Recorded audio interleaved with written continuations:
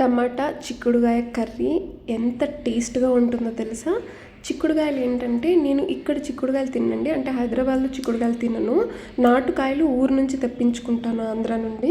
So చాలా టేస్టీగా ఉంటుంది. ఏ కర్రీ అయినా సరే మనం చేసేటప్పుడు మనం ఎలా అయితే ఉడకబెడతామో దాన్ని బట్టి టేస్ట్ అనేది వస్తుందన్నమాట. అందులోనూ మనకి నచ్చిన వంటకాలు ఎంతో ఇష్టంగా చేస్తాం కాబట్టి వాటి రుచి అయితే అదిరిపోతుంది. తయారీ విధానం చూద్దాము. ఇలా కొన్ని చిక్కుడుగాయలు అయితే మధ్యలోకి తుంచుకొని, అంటే పీచు తీసేసిన తర్వాత మధ్యలోకి తుంచుకొని ఆ ఇత్తనాలు కూడా తీసి చూసుకోవాలి, లోపల పురుగు ఉండే అవకాశం ఉంటుంది కాబట్టి. సో అవి అలా కడుక్కొని పక్కన పెట్టుకున్న తర్వాత 3 టమాటాలు, ఒక ఉల్లిపాయ, పెద్ద ఉల్లిపాయ అలా ముక్కలుగా కట్ చేసుకొని పెట్టుకోవాలి.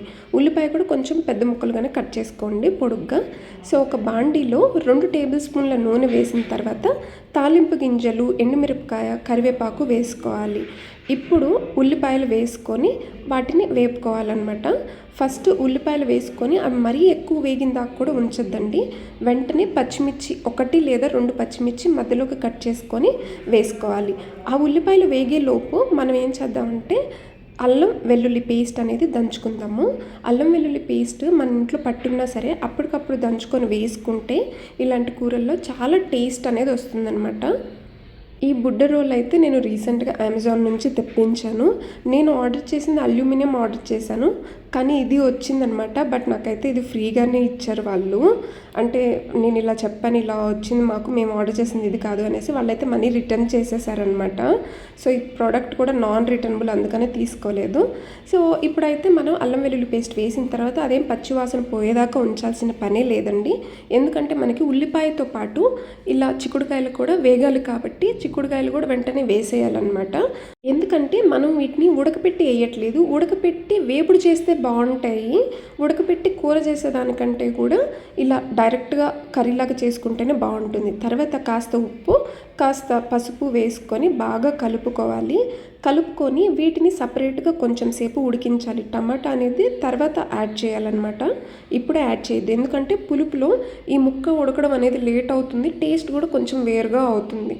అందుకని ఫస్ట్ ఏంటంటే ఉల్లిపాయ ముక్కలతో పాటు ఈ చిక్కుడుకాయ ముక్కలను కూడా వేగనివ్వాలి. ఇలా మూత పెట్టుకొని ఒక 3 నిమిషాలు మగ్గించుకోవాలి.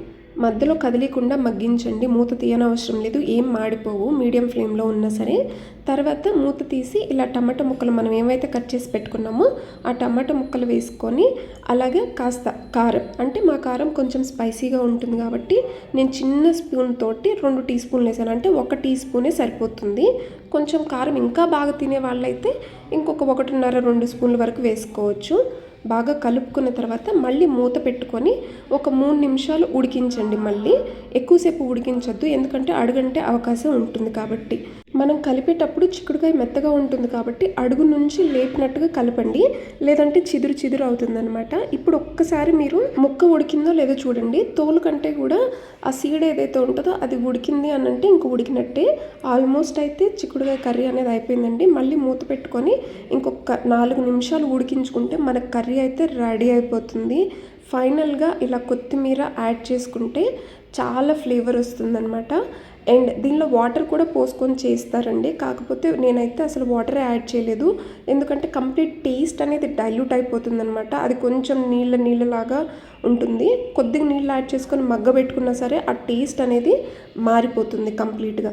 అలా కాకుండా ఇలా నేను చెప్పినట్టు ఆయిల్లోనే వేసుకున్న తర్వాత కాస్త మగ్గబెట్టుకొని చేసుకున్నారంటే చాలా అంటే చాలా టేస్టీగా వస్తుంది. ఈ సీజన్లో మనకి చిక్కుడుకాయలు ఎక్కువగా దొరుకుతాయి కాబట్టి మీరు కూడా ట్రై చేయండి. నేనైతే చాలా తెప్పించాను. మనం నెక్స్ట్ చిక్కుడుకాయ పచ్చడి కూడా పెడదాము. ఆ వీడియో కూడా నేను చేసి మీకైతే మన ఛానల్లో అప్లోడ్ చేస్తాను. ఈ వీడియో మీ అందరికీ నచ్చినట్టయితే మన ఛానల్ని సబ్స్క్రైబ్ చేసుకొని ఇన్స్టాగ్రామ్లో ఫాలో అవ్వండి.